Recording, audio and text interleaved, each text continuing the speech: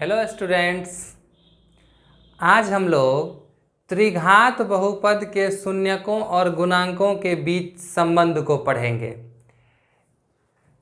Relation between zeros and coefficient of A cubic polynomial. Same यही topic हम लोग एक बार पढ़ चुके हैं, सिर्फ अंतर क्या था कि इससे पहले जो हम लोग पढ़े थे वहाँ द्विघात बहुपद था और आज जो पढ़ेंगे वहाँ त्रिघात बहुपद है। बस यही अंतर है। क्यूबिक पॉलिनोमियल आज पढ़ेंगे, इससे पहले क्वाड्रेटिक पॉलिनोमियल के जीरोज और कोएफिशिएंट्स के बीच का जो रिलेशन होता है उसको हम लोग पढ़ चुके हैं।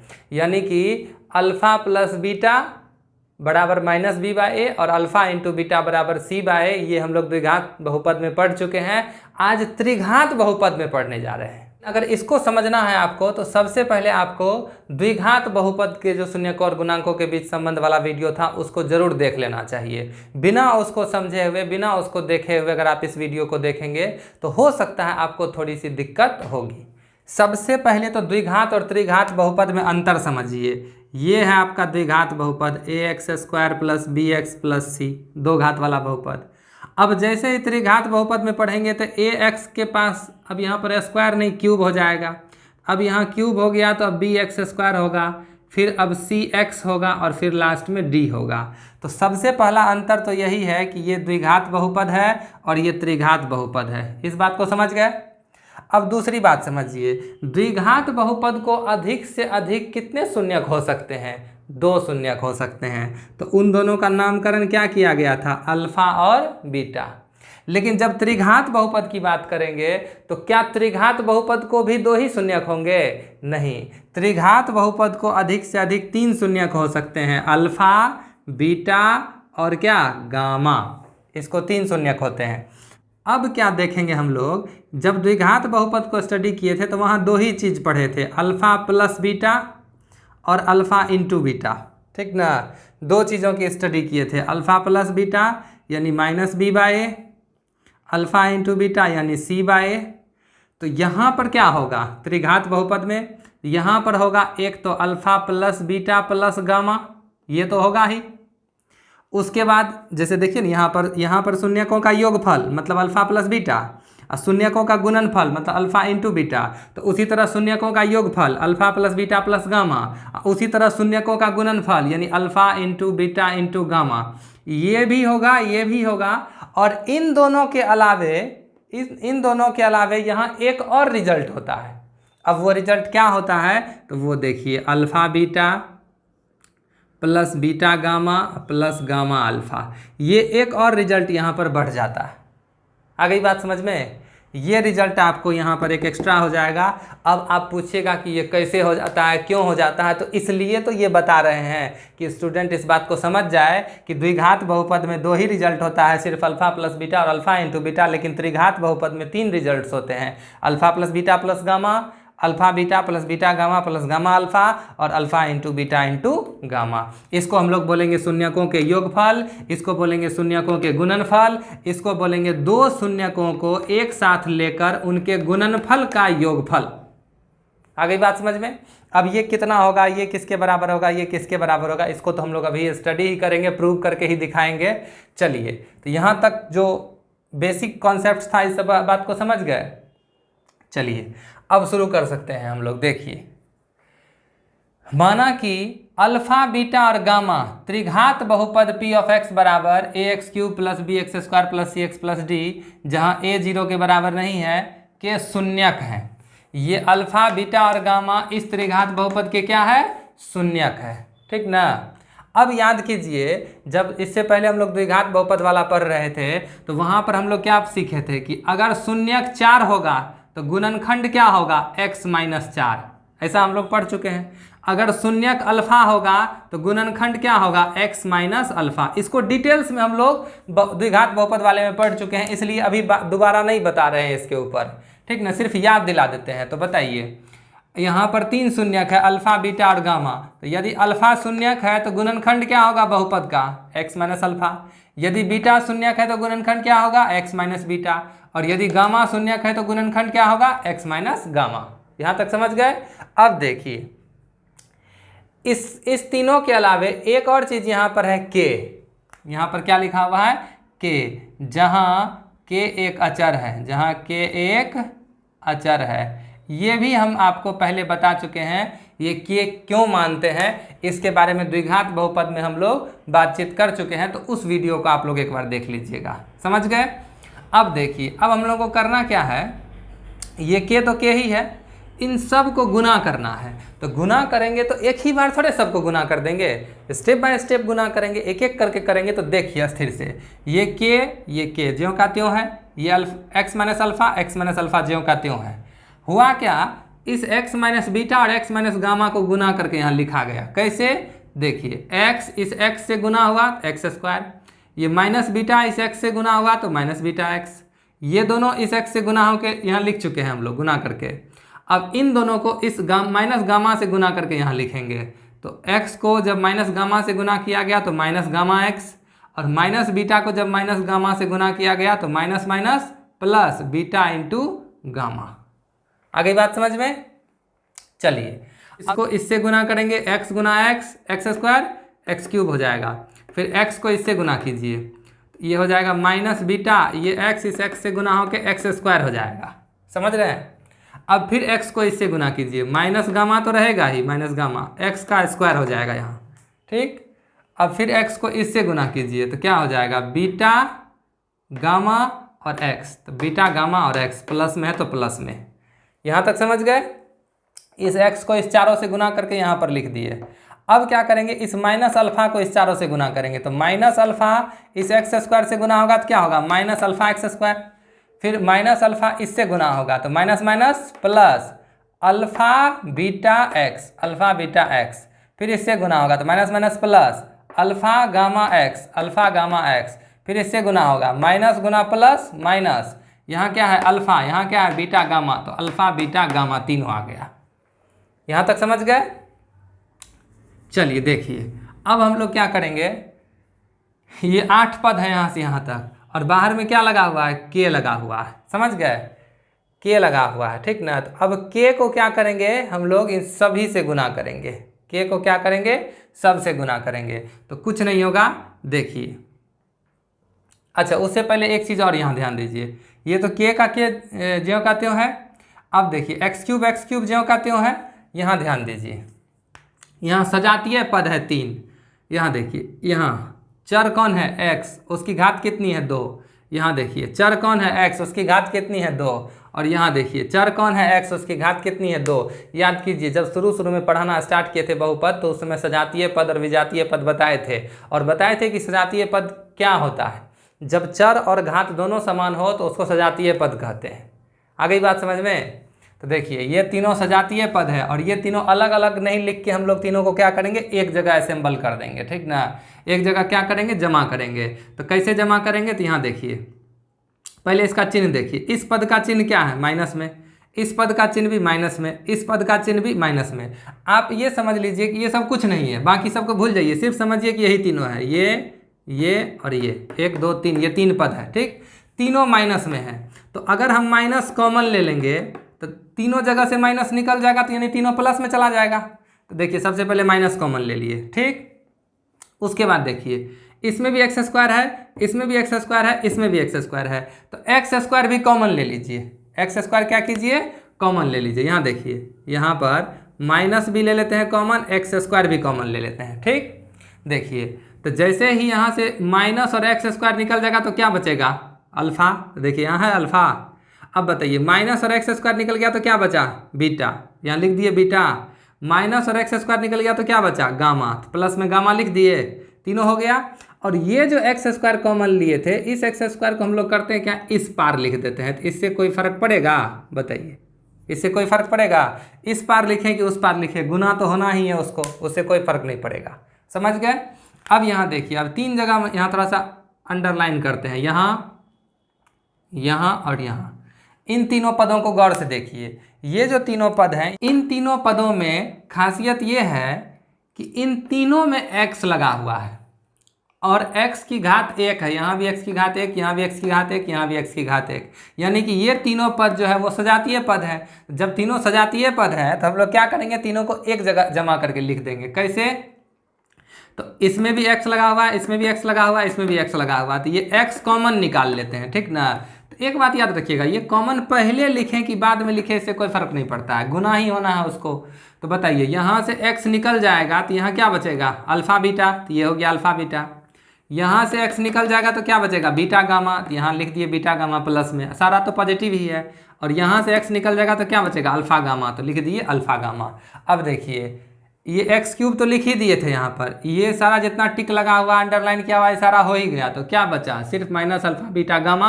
इस माइनस अल्फा बीटा गामा को यहाँ पर फाइनली लिख चुके हैं अब हम लोग, समझ गए। अब देखिए, अब इस k को क्या करना है, इन सभी से गुना करना है। तो k इससे गुना होगा तो k एक्स क्यूब, k इससे गुना होगा तो यहाँ बाहर में आगे में यहाँ k लग जाएगा, फिर ये k इस पद से गुना होगा तो यहाँ बाहर में k लग जाएगा, फिर ये k इससे गुना होगा तो यहाँ पहले k लग जाएगा, बस हो गया। और कोई दिक्कत किसी को, हर जगह इस k को इससे भी गुना कर दिए, यहाँ आगे में k आ गया, यहाँ भी, यहाँ भी, यहाँ भी, चारों पदों में हर जगह k आ गया, ठीक, 4 जगह, समझ रहे हैं। अब देखिए, अब इस पार वाले बहुपद को देखिए, ये जो देख रहे हैं ये भी त्रिघात बहुपद, इस पार वाले बहुपद को देखिए ये भी त्रिघात बहुपद, ठीक ना। अब ये त्रिघात बहुपद इस त्रिघात बहुपद के क्या है, बराबर है। तो एक बात बताइए, 2 त्रिघात बहुपद अगर बराबर होगा, जैसे यहाँ पर हम लिखते हैं, इसको मिटा के यहाँ पर एक उदाहरण आपको हम समझाने की कोशिश करते हैं एक उदाहरण से। जैसे मान के चलिए एक त्रिघात बहुपद है, ऐसे करके 2x cube plus 5x square plus 7x plus 10 कुछ भी है, ठीक ना। ये त्रिघात बहुपद है इसके बराबर, ये देखिए ये इसके बराबर है। मान के चलिए ये त्रिघात बहुपद इस त्रिघात बहुपद के क्या है, बराबर है, ठीक ना। ये दोनों त्रिघात बहुपद बराबर है। तो अब एक बात बताइए, तो यहाँ एक्स क्यूब के साथ कौन है, 2, यहाँ एक्स क्यूब के साथ कौन है, a। तो आपको क्या लगता है कि ये a और ये 2 बराबर होना चाहिए या अलग अलग होना चाहिए। अगर इस a के जगह पर यहाँ 3 हो जाएगा, 3x क्यूब हो जाएगा, और यहाँ पर 2x क्यूब है, तो क्या लगता है कि ये त्रिघात बहुपद इस त्रिघात बहुपद के कभी बराबर होगा, नहीं होगा। तो इसको क्या होना पड़ेगा, 2 होना पड़ेगा। उसी तरह इस b को क्या होना पड़ेगा, 5 होना पड़ेगा। उसी तरह इस c को क्या होना पड़ेगा, 7 होना पड़ेगा। और उसी तरह इस d को क्या होना पड़ेगा, 10 होना पड़ेगा। तभी ना ये त्रिघात बहुपद इस त्रिघात बहुपद के बराबर होगा। अगर इसका d, ये जो d देख रहे हैं, यहाँ अगर 11 हो जाए, यहाँ d की जगह अगर हम 11 लिख देंगे, तो क्या इस त्रिघात बहुपद के बराबर होगा, कभी बराबर नहीं होगा। यहाँ लास्ट में 10 है, यहाँ 11 होगा, तो कैसे बराबर होगा। इसका मतलब ये हुआ कि इस पार वाले का जो एक्स क्यूब का गुणांक है, इस पार वाले का जो एक्स क्यूब का गुणांक है, दोनों सेम होगा। इधर एक्स स्क्वायर का गुणांक, इधर एक्स स्क्वायर का गुणांक, उसका पीछे वाला, दोनों सेम होगा। इधर एक्स का गुणांक, इधर एक्स का गुणांक, दोनों सेम होगा। इधर अचर पद और इधर अचर पद, दोनों सेम होना चाहिए। अब आगे बात समझ में। इसीलिए हम लोग यहाँ पर क्या लिखते हैं, देखिए हम लोग लिखते हैं दोनों ओर एक्स क्यूब के गुणांक, दोनों ओर एक्स क्यूब के गुणांक। एक्स क्यूब के गुणांक मतलब क्या, यहाँ a, यहाँ एक्स क्यूब का गुणांक यानी क्या, k। एक्स स्क्वायर के गुणांक, एक्स स्क्वायर का गुणांक यहाँ कौन है, b। एक्स स्क्वायर का गुणांक यहाँ पर कौन है, एक्स स्क्वायर के पीछे में जो भी है, यहाँ से लेके यहाँ तक, minus k into alpha plus beta plus gamma, ये सब किसका गुणांक है, एक्स स्क्वायर का। एक्स स्क्वायर के पीछे में गुणा के रूप में यही सब न है। तो ये गुणांक इस गुणांक के क्या होगा, बराबर होगा। x का गुणांक c, यहाँ पर x का गुणांक क्या है, k into alpha beta plus gamma alpha.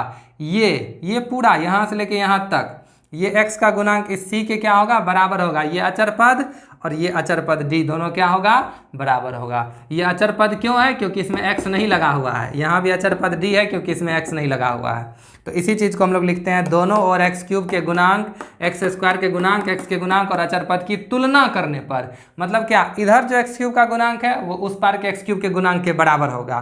तो देखिए सबसे पहले कौन है, a किसके बराबर होगा, k के। तो सबसे पहली बात तो ये लिखेंगे हम लोग। उसके बाद दूसरा कौन है, b किसके बराबर होगा, तो b जो है, b मतलब एक्स स्क्वायर का गुणांक। तो यहाँ एक्स स्क्वायर का गुणांक क्या है, देखिए माइनस के into alpha plus beta plus gamma. बताइए इस बात को समझ गए। अब तीसरा है x का गुणांक। x का गुणांक यहाँ कौन है, c। इधर x का गुणांक कौन है, x के पीछे में यहाँ से लेके यहाँ तक सब k से स्टार्ट कीजिए। तो k into alpha beta plus beta gamma plus alpha gamma, ऐसा है लिखा हुआ, जरा सा चेक कीजिए तो, है यहाँ लिखा हुआ यही चीज़। चलिए हो गया। अब अचर पद यहाँ कौन है, डी, तो अचर पद को यहाँ डी लिखेंगे। यहाँ अचर पद कौन है, माइनस के into alpha beta and gamma, यहाँ तक लिख दिए। अब यहाँ देखिए, अब इसको हम लोग क्या मानेंगे, 1, इसको 2, इसको 3 और इसको 4, ये आपका हो गया 1 से लेके 4 तक समीकरण। आ गई बात समझ में, यहाँ तक हो गया। अब यहाँ हम लोगों के पास स्पेस नहीं है, ठीक ना, तो अब इतना जगह में हम लोग अब आगे लिख नहीं सकते हैं, ठीक है। तो एक काम करेंगे, हमको पहले यहाँ ऊपर से मिटाना पड़ेगा इसको लिखने के लिए, समझ रहे मेरी बात को। तो यदि आप लोग इसको लिखना चाहते हैं तो वीडियो को पॉज करके लिख लीजिए, नहीं तो स्क्रीनशॉट भी इसका ले लीजिए, फिर हम मिटा के आगे लिखते हैं, ठीक ना। लीजिए, हो गया। चलिए अब इसको हम मिटाते हैं यहाँ से।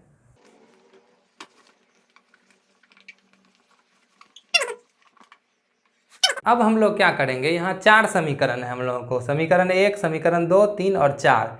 अब हम क्या करेंगे, समीकरण 2 में 1 से भाग देंगे, 2 में भी, 3 में भी, 4 में भी, ठीक ना, एक एक करके। तो यहाँ हम सबसे पहले लिखते हैं समीकरण 2 अभागा समीकरण 1, 2 में 1 से भाग देने पर,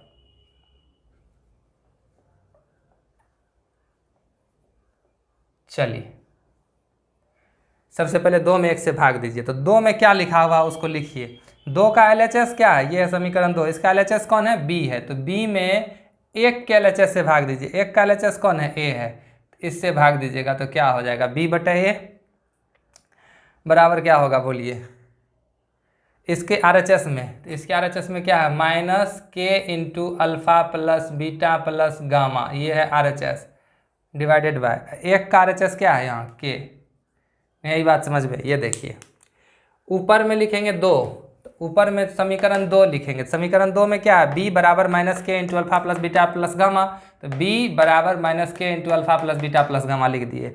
1 से भाग देना, तो 1 में क्या है, a बराबर k, तो ये हो गया a बराबर k, समझ गए।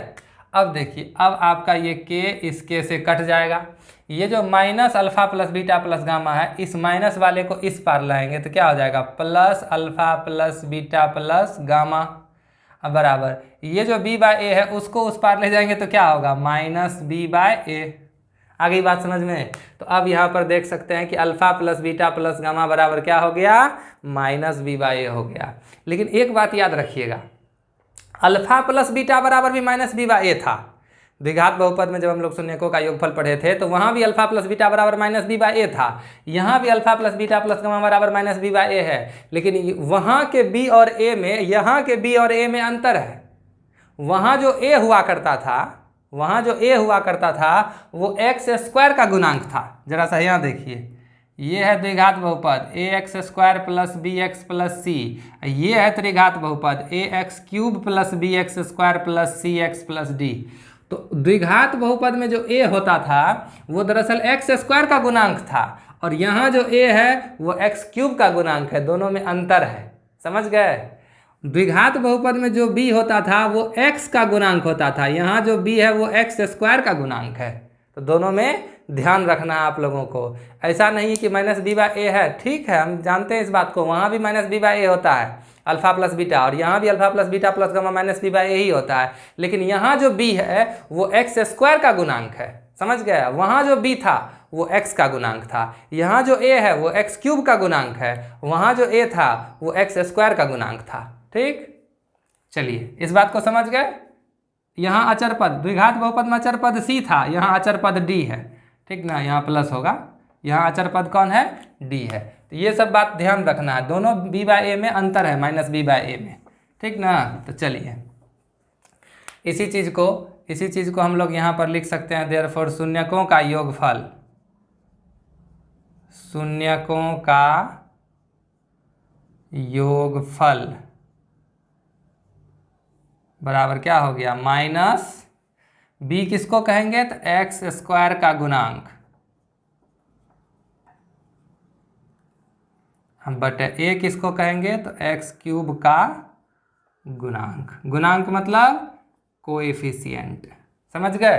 तो ये एक रिजल्ट हो गया आपको शून्यकों का योगफल। ये एक रिजल्ट हो गया। ठीक, चलिए अब हम लोग आगे इसको मिटाते हैं। अब देखिए, अभी हम लोग यहाँ पर समीकरण 2 में 1 से भाग दिए थे, अब 3 में 1 से भाग देंगे, फिर 4 में 1 से भाग देंगे। तो 3 में भाग देंगे किससे? 1 से। समझ गए? इतना ही लिखते हैं। चलिए देखिए, तो 3 में क्या है यहाँ पर? c, भाग किससे लगेगा? 1 से। तो यहाँ हो जाएगा c/a बराबर, यहाँ क्या है? k into alpha beta plus beta gamma plus alpha gamma, k into alpha beta plus beta gamma plus alpha gamma, या गामा अल्फ़ा एक ही बात है। अल्फ़ा तब गामा लिखिए या गामा लिख के अल्फ़ा लिखिए, एक ही बात है। इसमें भाग लगेगा किससे? इस 1 से, यानी कि k से। अब देखिए ये k और k आपका क्या हो जाएगा? कट जाएगा। तो अब यहाँ देखिए ये नया रिजल्ट आ गया ना, alpha beta plus beta gamma plus gamma alpha बराबर क्या है? c/a है। तो ये बराबर है इसके, तो इस पूरे को इस पार लाइए, इस पूरे को उस पार ले जाइए, इसका चिन्ह नहीं बदलेगा। ठीक ना? तो ये हो जाएगा आपको alpha beta plus beta gamma plus alpha gamma, alpha gamma. ये पूरा इस पार आया और इस पूरे को उस पार कर देंगे। इंटरचेंज करते हैं तो साइन नहीं बदलता है, साइन एक ही रहेगा, वही रहेगा। c/a जो पॉजिटिव था वो पॉजिटिव ही रहेगा। समझ गए? होता क्या है कि इस पार वाले पूरे को लाते हैं तो इधर माइनस होता है, इसको उस पार ले जाते हैं तो उधर माइनस होता है, दोनों दोनों कट जाता है। ठीक ना? तो ये हो गया आपको alpha beta plus beta gamma plus gamma alpha बराबर c/a। इसी को हम लोग ऐसे भी लिख सकते हैं, दो शून्यकों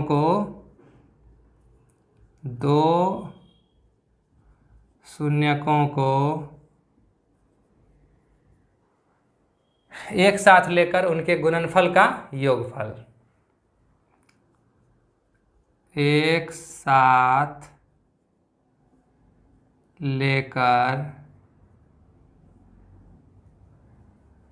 उनके गुणनफल का योगफल, उनके गुणनफल का योगफल। ठीक ना? इसको बराबर करेंगे हम क्या? ये बराबर हो जाएगा c/a के। c मतलब क्या? x का गुणांक, x का गुणांक बटे में हो जाएगा x³ का गुणांक।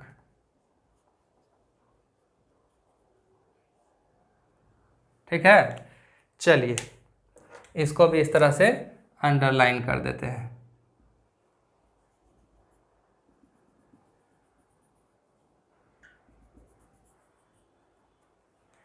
ये दूसरा रिजल्ट हो गया, दो शून्यकों को एक साथ लेकर। देखिए ना, दो शून्य को एक साथ लेते हैं कि नहीं? Alpha beta, beta gamma, alpha gamma, उनके गुणनफल। अब अल्फ़ा बीटा को क्या करते हैं? गुना करते हैं, बीटा गामा को गुना करते हैं, अल्फ़ा गामा को गुना करते हैं, तब योगफल, तब सबको जोड़ देते हैं। तो ये क्या हो जाएगा? x का गुणांक बटे x³ का गुणांक। और तीसरा और सबसे फाइनल है, देखिए सबसे पहले क्या किए थे? 2 में 1 से भाग दिए थे, 2 में 1 से भाग दिए थे, तब 3 में 1 से भाग दिए थे, अब 4 में 1 से भाग देंगे। तो यहाँ पर सबसे लास्ट वाले को लिख देंगे 4/1। तो 4 में क्या है बताइए? d बराबर है -k अल्फ़ा बीटा गामा। इसमें भाग लगेगा किससे? a बराबर k से, a से इस पार, k से इस पार। ये k और k कट जाएगा, माइनस अल्फ़ा बीटा गामा इस पार आएगा, तो ये हो जाएगा प्लस अल्फ़ा बीटा गामा, ये dy उस पार जाएगा तो हो जाएगा -dy। ठीक ना? तो इसी चीज़ को हम लोग लिखेंगे, देयरफॉर शून्यकों का गुणनफल,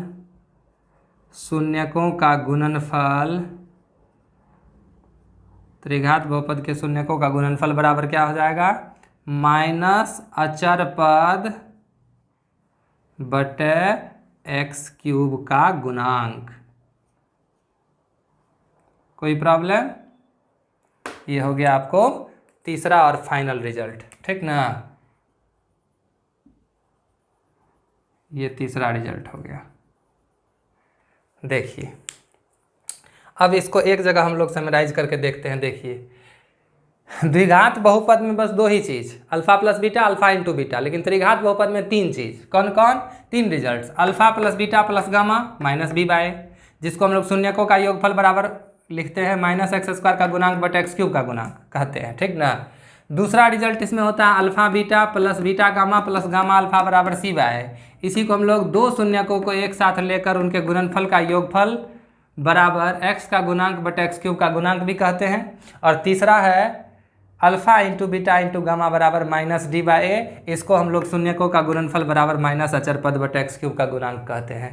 आ गई बात समझ में। तो ये तीन रिजल्ट्स होते हैं alpha plus beta plus gamma.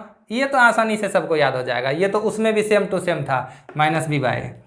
अब देखिए उसमें जो c/a था द्विघात बहुपद में वो था अल्फा इंटू बीटा बराबर c/a। अल्फा इंटू बीटा सिर्फ यही अल्फा इंटू बीटा बराबर c/a, लेकिन यहाँ अल्फा इंटू बीटा नहीं, plus beta gamma plus gamma alpha बराबर भी c/a होता है, ठीक ना। और लास्ट में हो गया alpha into beta into gamma बराबर क्या होता है -d/a।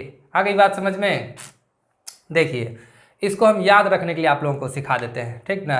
देखिए चार चीज़ है, a है, b है, c है, d है, ठीक ना। अब करना क्या है, यहाँ भी याद कीजिए ना, 2 में 3 में 4 में सब में किससे भाग दिए थे, 1 से न भाग दिए थे। तो इस पहले वाले को हटा दीजिए, इसमें भी a से भाग दे दीजिए, इसमें भी a से भाग दे दीजिए, इसमें भी a से भाग दे दीजिए। समझ गए, ये तो याद रहेगा सबको। उसके बाद बताइए जब अल्फा प्लस बीटा हम लोग पढ़ रहे थे तो सबसे पहले क्या होता था -b/a। तो सबसे पहला क्या होता है निगेटिव, दूसरा पॉजिटिव और तीसरा निगेटिव। इतना याद रखना है।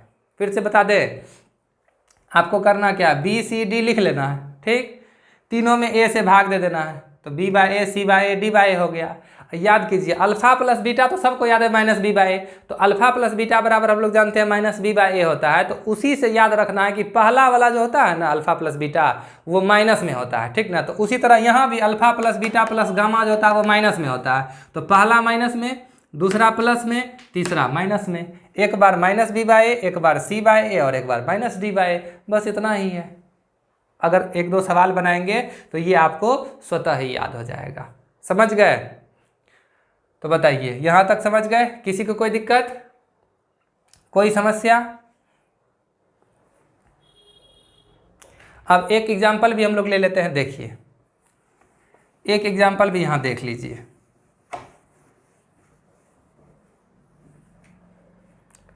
अगर एक त्रिघात बहुपद हम लिखते हैं यहाँ पर p(x) बराबर कुछ भी 2x³ minus 4x² plus 3x minus कुछ भी 5 लिख दीजिए इस तरह से। अगर इस त्रिघात बहुपद का हम कहेंगे alpha plus beta plus gamma निकालो, alpha beta plus beta gamma plus gamma alpha निकालिए और alpha into beta into gamma निकालिए, तो कैसे निकालेंगे। तो सबसे पहले हम लोग लिखेंगे यहाँ ABCD क्लियर कीजिए। A कौन है 2, B कौन है -4, C कौन है 3 और D कौन है 5 या -5। ज़्यादातर स्टूडेंट यहाँ गलती कर देते हैं, इसको 5 लिख देते हैं, लेकिन ये क्या होगा -5 होगा। समझ गए। अब देखिए अब क्या करना है, हम लोगों को alpha plus beta plus gamma निकालना है। Alpha beta plus beta gamma plus alpha gamma निकालना है और अल्फ़ा बीटा इंटू गामा निकालना है, यही तीन ना। तो देखिए सबसे पहले होता है -b/a, उसके बाद होता है c/a, उसके बाद होता है -d/a, ठीक ना। तो यहाँ देखिए ये माइनस तो ये माइनस है। अब b की वैल्यू रख दीजिए, तो b की वैल्यू -4 अब बटे a की वैल्यू 2, ये 2 दूनी 4 कट जाएगा, अब माइनस गुना माइनस प्लस हो जाएगा। c की वैल्यू कितनी है बताइए 3, a की वैल्यू 2, तो ये हो जाएगा 3/2। अब माइनस तो ये माइनस है, d की वैल्यू अलग से -5, अब भागा किससे a से, a की वैल्यू 2, तो ये हो जाएगा माइनस प्लस 5/2। यही तीनों आपका आंसर हो गया। कहने का मतलब ये हुआ कि अगर आपको किसी त्रिघात बहुपद के शून्यकों का योगफल, 2 शून्यकों को एक साथ लेकर उनके गुणनफल का योगफल और तीनों शून्यकों का गुणनफल कहेगा निकालने के लिए, तो बिना शून्यक निकाले हुए डायरेक्ट हम लोग ये तीनों चीज़ निकाल सकते हैं। आ गई बात समझ में, किसी को कोई प्रॉब्लम। तो इस तरह से ये त्रिघात बहुपद का जो ये टॉपिक था ये समाप्त हो गया। अगर किसी को लिखना है तो इसको लिख लीजिए या स्क्रीनशॉट लेना है तो ले लीजिए। हो गया। अभी तक हम लोग त्रिघात बहुपद के शून्यकों और गुणांकों के बीच संबंध को पढ़ चुके हैं। अब हम लोग एक उदाहरण है अगला, उदाहरण 5, इसको समझ लेते हैं, फिर इसके बाद एक्सरसाइज 2.2 की ओर चलेंगे। ठीक है, देखिए कहता है जांच कीजिए कि त्रिघात बहुपद p ऑफ x बराबर 3x³ minus 5x² minus 11x minus 3 के शून्यक 3 माइनस 1/3 है। इसके पश्चात शून्यकों तथा गुणांकों के बीच संबंध की सत्यता की जांच कीजिए। तो ये तो एक बार में ऐसे पढ़ न दिए किसी क्वेश्चन को, पहले टुकड़े टुकड़े में समझते हैं। देखिए त्रिघात बहुपद इतना के शून्यक कौन कौन है, 3 माइनस 1 और माइनस 1/3, इसका जांच कीजिए। यानी कि देखिए हम लोग क्या पढ़े हैं, त्रिघात बहुपद को अधिक से अधिक कितने शून्यक हो सकते हैं, 3। तो यहाँ देखिए 3 नंबर है, कौन कौन, 3 माइनस 1 और माइनस 1/3। कहता है चेक करने के लिए, जांच करने के लिए कि इसका ये तीनों शून्यक है कि नहीं है। तो जांच कैसे करते हैं, तो सबसे पहले एक बात बताइए कि शून्यक कहते किसको है। शून्यक मतलब होता क्या है, शून्यक जो किसी बहुपद को शून्य के बराबर कर दे।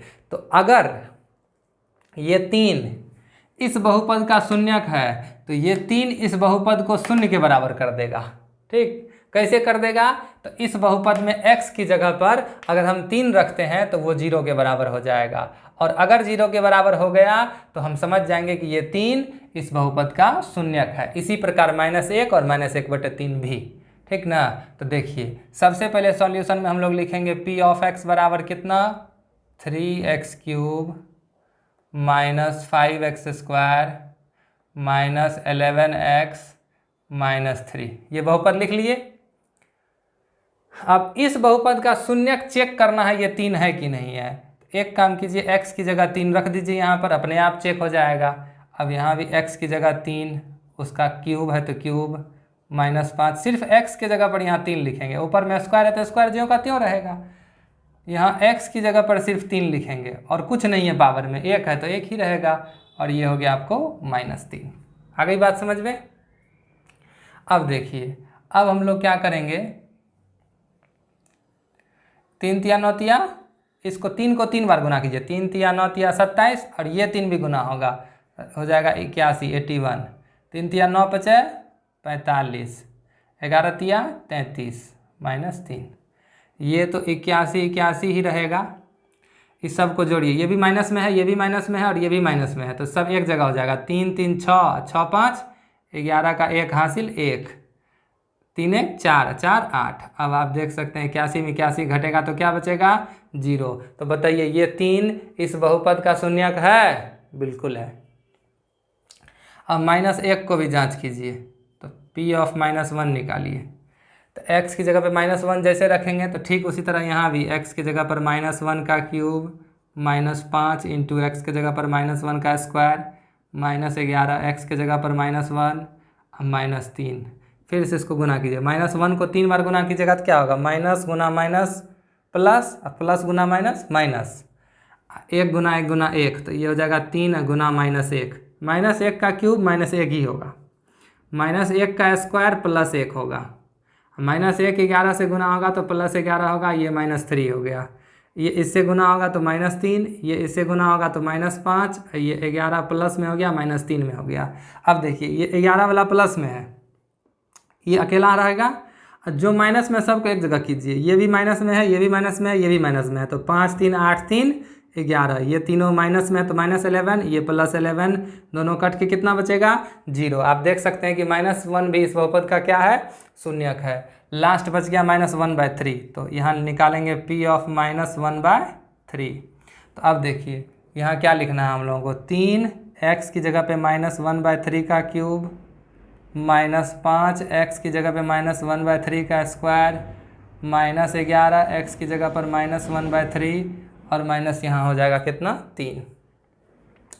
अब गुना कीजिए, ये हो जाएगा 3 गुना -1 का क्यूब तो -1 ही होगा, 3 का क्यूब 3 तिया 9 तिया 27, ठीक ना। अब देखिए -1 का स्क्वायर +1, ये तो प्लस हो गया, ये माइनस रह ही जाएगा, तो -5 गुना 1, -1 का स्क्वायर +1, 3 का स्क्वायर 9, ये माइनस माइनस प्लस हो जाएगा, +11/3 -3। अब देखिए ये 3 नमा 27 कट जाएगा, ठीक ना, 3 नमा 27। तो यहाँ क्या बचेगा देखिए, यहाँ तो जगह नहीं है शायद नीचे में, अब हो जाएगा। यहाँ होगा आपको -1/9 -5/9 +11/3 और -3। यहाँ तक समझ गए। अब इसका भिन्न का जोड़ घटाव जो भी है उसको एक साथ कीजिए यहाँ पर। तो एलसीएम लेंगे तो यहाँ से यहाँ तक कितना हो जाएगा 9, यहाँ -1, यहाँ -5, यहाँ 3 तिया 9, 11 तिया 33, तो +33, यहाँ 9 तिया 27, -27।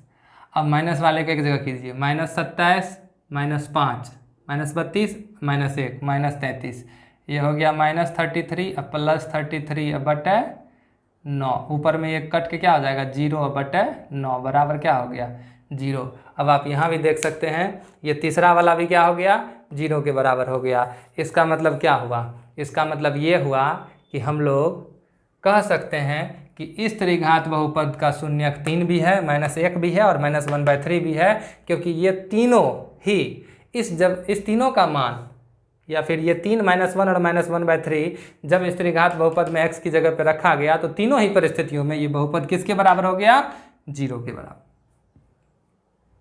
समझ गए। अब क्या करेंगे हम लोग, अब कहता है इसके पश्चात शून्यकों तथा गुणांकों के बीच के संबंध की सतता की जांच कीजिए। तो सबसे पहले एक बात बताइए, इस त्रिघात बहुपद के शून्यक कौन कौन है 3 -1 और -1/3, इसके गुणांक कौन कौन है 3 -5 -11 और -3। तो कहता है शून्यकों और गुणांकों के बीच जो संबंध है उसकी सतता की भी जांच करके दिखाइए। तो उसकी जांच भी हम लोग यहाँ पर करके दिखा देते हैं। देखिए जांच में सबसे पहले देखिए शून्यकों और गुणांकों के बीच संबंध है ना। तो शून्यक और गुणांक के बीच में क्या संबंध होता है, alpha plus beta plus gamma बराबर क्या होता है बताइए -b/a। ये पहला संबंध होता है शून्यकों और गुणांकों के बीच। तो इसको चेक कीजिए। तो अल्फा पहला शून्यक जो है यही ना शून्यक, ये अल्फा हो जाएगा, प्लस बीटा की जगह पर कितना लिखेंगे -1, अब प्लस गामा की जगह पर क्या लिखेंगे -1/3 बराबर माइनस। अब बताइए b/a, तो ये होता है a, ये b, ये c, ये d। तो b किसको कहते हैं x² के गुणांक को, तो -5, ये माइनस तो ये है, b की वैल्यू -5, a की वैल्यू 3, तो ये हो जाएगा -5/3। ठीक, अब इसको चेक करके देखते हैं कि दोनों बराबर होता है कि नहीं। अगर दोनों बराबर हो गया तो हम समझेंगे कि ये जो संबंध है ये सही है। अगर इस पार और उस पार का चीज़ अलग अलग आ जाएगा तो समझ जाएंगे कि गलत है। आ गई बात समझ में। तो देखिए इसको भिन्न का जोड़ कीजिए यहाँ पर या घटाव जो भी है, तो ये हो जाएगा आपको कितना है, इसको पहले फ्रेश करके लिख देते हैं। देखिए इसको लिखेंगे हम लोग 3, ये प्लस माइनस -1 और ये हो जाएगा -1/3 बराबर कितना -+5/3। अब आप देख सकते हैं 3 में से 1 गया 2, 2 - 1/3 बराबर 5/3। अब आप देख सकते हैं 3 दूनी 6 -1/3 बराबर 5/3। देखिए 6 में से 1 गया 5/3 और इधर भी क्या है 5/3। अब आप देख सकते हैं कि जब हम लोग alpha plus beta plus gamma के जगह पर अल्फ़ा का मान 3, बीटा का मान -1 और गामा का -1/3 रखकर तब इसको सॉल्व करते हैं तो भी 5/3 आता है, और -b/a करते हैं तो भी 5/3 आता है। तो दोनों बराबर नहीं हो गया। इसका मतलब ये शून्यक और ये गुणांक में जो संबंध है वो सही है कि नहीं है, बिल्कुल सही है, ये तो होना ही है। समझ गए। अब देखिए अब अगला भी इसका दोनों और जो बचा हुआ उसको भी हम लोग करेंगे। इसका अगर स्क्रीनशॉट लेना है तो ले सकते हैं। अब देखिए अगला है alpha beta plus beta gamma plus alpha gamma बराबर क्या होता है c/a होता है। चलिए ये अल्फ़ा ये बीटा ये गामा हो गया, तो 3 गुना -1 प्लस -1 गुना -1/3 और प्लस 3 गुना -1/3 बराबर c/c किसको कहेंगे, ये a ये b ये c। तो c की जगह पे कौन हो गया -11/a की जगह पर 3। अब देखिए ये 3 इस -1 से गुना होगा तो -3, ये -1 इससे गुना होगा तो माइनस माइनस प्लस 1/3 ही रह जाएगा ये, ठीक ना। सिर्फ ये माइनस इस माइनस से गुना होगा तो प्लस हो जाएगा, 1 गुना 1 1 ही रहेगा, नीचे में 3 ही रहेगा, ये 3 कट जाएगा, ये प्लस इस माइनस से गुना होगा तो माइनस हो जाएगा, बराबर -11/3 होना चाहिए, ठीक ना। अब आप एक काम कीजिए, इसका एलसीएम ले लीजिए 3, यहाँ नीचे में कुछ नहीं तो क्या है 1 है, 1 से 3 में भाग देंगे 3 होगा, 3 गुना 3 -9, यहाँ क्या हो जाएगा 1, यहाँ हो जाएगा -3। ये तो भिन्न का जोड़ और घटाव है, आप लोग 10th क्लास के स्टूडेंट है, ये आसानी से बना सकते हैं, ठीक ना, ये कोई बहुत बड़ी बात नहीं है, समझ गए। अब ये हो गया -11/3। अब देखिए ये माइनस में है, ये माइनस में है, तो दोनों जुटेगा तो 9 3 12, माइनस में लिखिए दीजिए यहाँ पर -12, आइए +1, क्या हो गया देखिए, 1 में से 12 घटेगा तो कितना बचेगा, 1 में से 12 घटेगा तो -11/3, इधर भी क्या है -11/3। अब आप देख सकते हैं कि दोनों बराबर हो गया कि नहीं हो गया। इसका मतलब ये जो चीज़ है वो सही है, alpha beta plus beta gamma plus gamma alpha बराबर C/A सही है। यहाँ इस बार हम लोग क्या कर रहे हैं, देखिए बराबर के इस बार क्या कर रहे हैं, अल्फ़ा बीटा गामा का मान रख कर हल कर रहे हैं, इस बार कर क्या कर रहे हैं, सिर्फ C में A से भाग दे रहे हैं। इधर देखिए कितना बड़ा बड़ा चीज़ सब छोटा होके वापस से कहाँ आया, -11/3 पर ही आया, ये पहले से ही -11/3 है, समझ रहे हैं मेरी बात को। इसका मतलब ये हुआ कि इस तरह से अगर आएंगे तो आसान होगा C/A से, अगर इसकी वैल्यू निकालनी है तो इस तरह से alpha beta beta gamma gamma alpha का मान रख कर उसको हल नहीं करना है, इस C/A के थ्रू आना है, इससे हम लोगों को यही मैसेज मिलता है, ठीक ना। वैसे इस सवाल में कहता है कि जांच कीजिए कि ये दोनों सही है कि नहीं, तो देखिए यहाँ भी दोनों बराबर हो चुका है, ठीक ना, समझ गए।